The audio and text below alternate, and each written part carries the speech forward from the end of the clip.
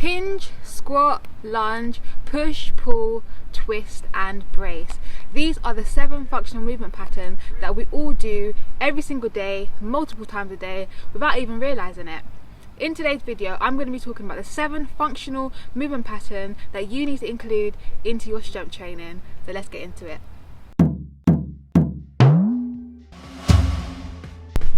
Hi guys, and welcome back to Fit with T. I hope you guys are good. So in today's video, I'm talking about the 7 functional movement patterns that you need to include into your training. So when it comes to talking about functional fitness, we're talking about training yourself in such a way that actually prepares you for everyday life. So for those everyday movements that you actually do, like I said before, the 7 functional movement patterns, hinge, squat, lunge, push, pull, twist and brace, are movement patterns that we undertake every single day without even realizing. So think about squatting down to pick up something off the floor, or maybe bending over to pick up something off the floor. Already you've got the squat and you've got the hinge there. Think about twisting to turn to talk to somebody that's behind you, or to speak to a child in the back of the car maybe.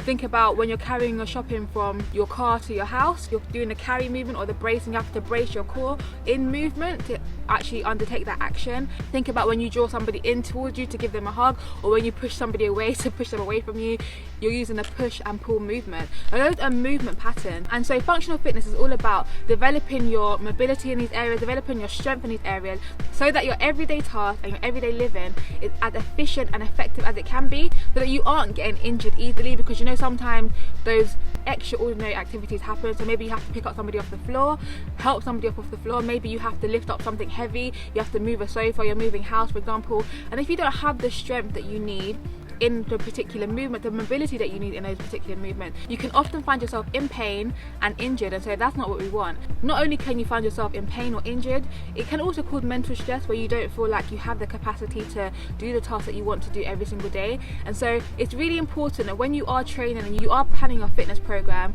or someone is doing that for you, to really include these 7 functional movement patterns into your strength training in particular.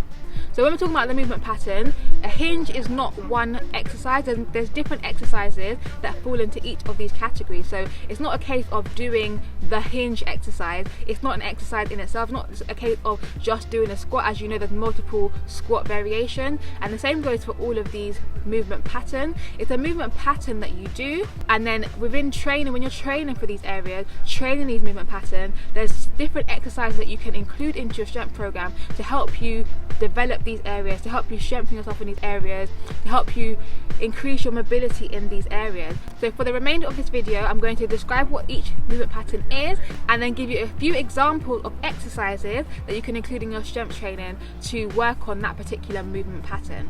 So before I get into the exercises, if you're enjoying this video, if you're enjoying the content I'm making here, make sure to hit that like button. And if you're not subscribed, make sure to subscribe now so you don't miss any more content when I do upload them. I'm making sport and fitness videos every Friday here on Fit with T, but on my channel in general, I'm making athletics, faith and fitness content. If that's something that you're interested in, make sure that you subscribe right now so you don't miss any more videos when I upload them. So the first movement pattern is the hinge. A hinge generally is the ability to move around a fixed point, and we're generally speaking about the hips when we're talking about that. So the ability to move your hips backwards and forwards in its full range of motion. So when you are working the hinge movement pattern in your strength training, whether in the gym or whether you're doing bodyweight exercises, you're going to generally work your lower body. There are a number of exercises that you can incorporate into your strength training, and for all of the exercises I'm going to mention today, guys, I will do separate videos where I give you a detailed summary, a detailed tutorial of how to actually perform the exercises. But in this video, I'm giving you a general summary, so if you do know the exercises already, then you can just get on with them and start doing them. I do have some tutorials already on my channel with regards to some of these exercises, and I will link those either in the description box below, or they will appear at the top of this video if I do have any videos already. Other than that, you can feel free to search YouTube for the specific exercises that I'm mentioning. Examples of hinge exercises include RDLs, which are Romanian deadlifts. You've got exercises such as the deadlift. You've got the good mornings exercise. You've got hip thrusts or glute bridges. You've also got exercises such as the kettlebell swing. So with all of these exercises, as you can see, they incorporate you moving your hips backwards and forwards, so pushing your hips back and then forward again, causing you to hinge at your hip, so around the fixed point of your hip, and again you're mainly working your lower back and your legs in all of these exercises. And so as I said before, I will do videos, so continue to watch out. If you're not subscribed, like I said, make sure that you're subscribed so you don't miss these.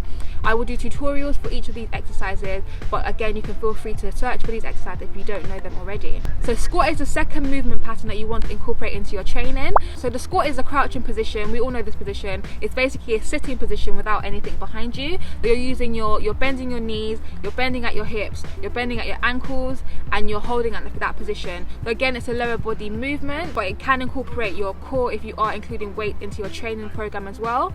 And so we use the squat in many movements throughout our everyday life, and so it's a very important movement to actually train for. So when it comes to training for that, exercise that you can think about incorporating into your strength program include the regular squat, goblet squat, where you're holding a dumbbell in front of you and you're going down, and you can play with the tempo. I do have a video about how to progress your training, so if you haven't checked that video out, I encourage you to check that video out, because I talk about different ways to progress. And I also have another video actually where I speak about, if you don't have any weights, how to progress your squats as well. So you can include those tips for these exercises that I'm sharing with you guys now, and for any of the exercises, to be fair. So you can play with things like tempo. So goblet squats are a good place to start with squats if you do want to incorporate weight, because you can't go too heavy with holding a dumbbell, and so it means that you decrease the risk of injury, and it also helps you to develop good form as well. So you've got a goblet squat where you're holding the dumbbell in front of you, you've got front squats, you've got back squats, you've also got split squats. So there are a number of squats, and as I said before, I will be doing videos about variations of different exercises that you can incorporate and different progressions for each of these exercises as well. So look out for that. There's lots of new content coming, so keep your eyes peeled for that. The third movement pattern that you want to incorporate is the lunge. I do have a video about lunge variations, so check that video out if you haven't checked that one out already, because I show you loads of lunge variations in that video. The lunge is basically when you're stepping from one foot onto the other. Essentially we're talking about single-sided focus exercise or unilateral exercises in particular, and these are important. You know, some of the lunges would be squats variations. However, you know, the benefits of including unilateral movements, we walk every day, that's a unilateral movement,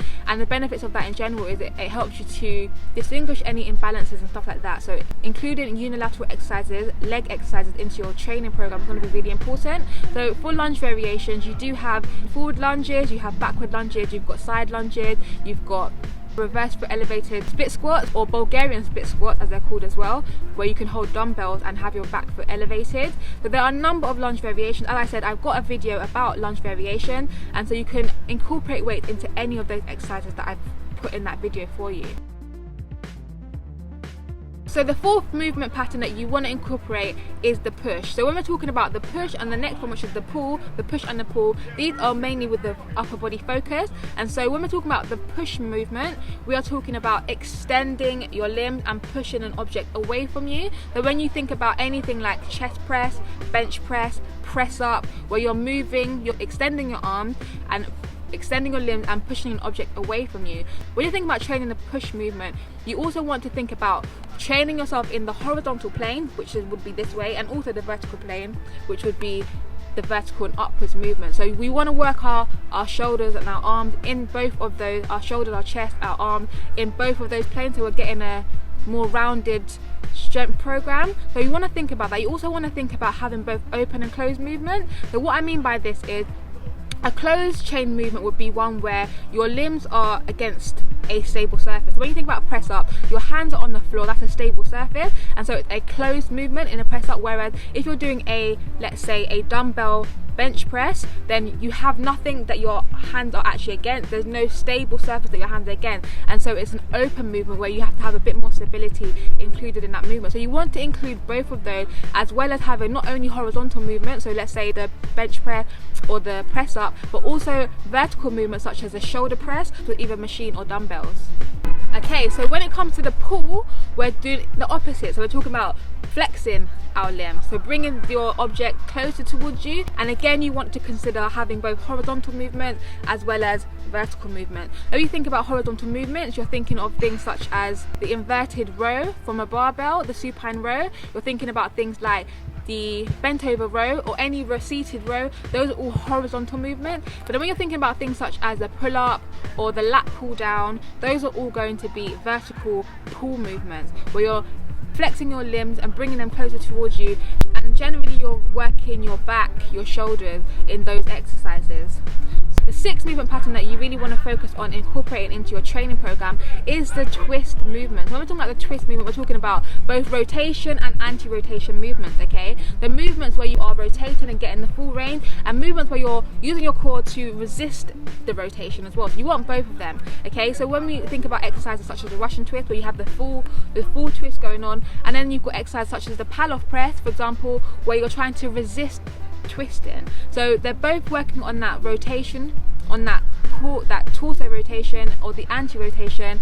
And again, like I said, because we use these in everyday movement, it's really a good way to build up your core. So again, with these movements, they can be body weight. You can incorporate using med balls, so using a med ball throw against the wall. You can incorporate using resistance bands. I do have a video about strength exercises using a resistance band, so if you need ideas and you want a tutorial on that, you can check out that video where I give you exercises that you can use using a resistance band. And then last but not least, we have the carry / walk / brace movement. So really what we're talking about here is being able to stabilize your body, stabilize your core essentially throughout movement, from when we're walking to when we're running to when we're carrying bags. If you have a terrible core, people with a really weak core, you see them having that shaking movement. And so working on developing your core basically, but through movement exercises, is actually a very important aspect of your training that you need to incorporate. So doing things such as farmers walks, where you're holding heavy dumbbells or heavy kettlebells and you're walking. But before you get to even start using weight, to be honest, you want to first work on your actual gait in the first place. So the way that you walk and your posture, making sure to have your spine nicely aligned, your feet straight when you're walking, shoulders back, and just really helping to develop that posture, just even without weights to begin with. And then incorporating weights both bilaterally, which would be holding weight in both hands, and then also unilaterally, which would be focusing one side at a time and causing yourself to brace and to stabilize as you're going through a movement. And so walking would be a first level of that, but then as you develop, you can go into things like using a prowler or a sled. So a prowler will be where you're pushing a heavy object in a running motion, and then the sled will be where it's behind you and you're pulling a heavy object in a running motion. And so you can see that's how advanced you can get in actually developing your carry / walk / brace movement. And so all in all, you don't want to go too fast, but like I said to you, this video I haven't really given you progressions as such, but more so giving you an understanding of the different types of exercises that you could incorporate to target each of the 7 areas. And then, as I said, I will hopefully be doing tutorial videos and variation videos so that you guys can actually have a bit more in-depth understanding of each exercise and how to perform them. So guys, I hope this video has been helpful for you. Let me know in the comment section below if there was anything that you learned that was new in this video. Which of these areas do you already train, and which of these areas do you know that you need to start incorporating? Let me know in the comment section below. And if you like this video guys, please give it a big thumbs up to help me accelerate my channel. And if you are enjoying the content that I'm making here on my channel guys, please check out my Patreon, where you can support me for a small amount monthly, which allows me to keep creating content like this. And if you're not subscribed to my channel, make sure you subscribe now and hit that notification bell, and I'll see you guys next Friday.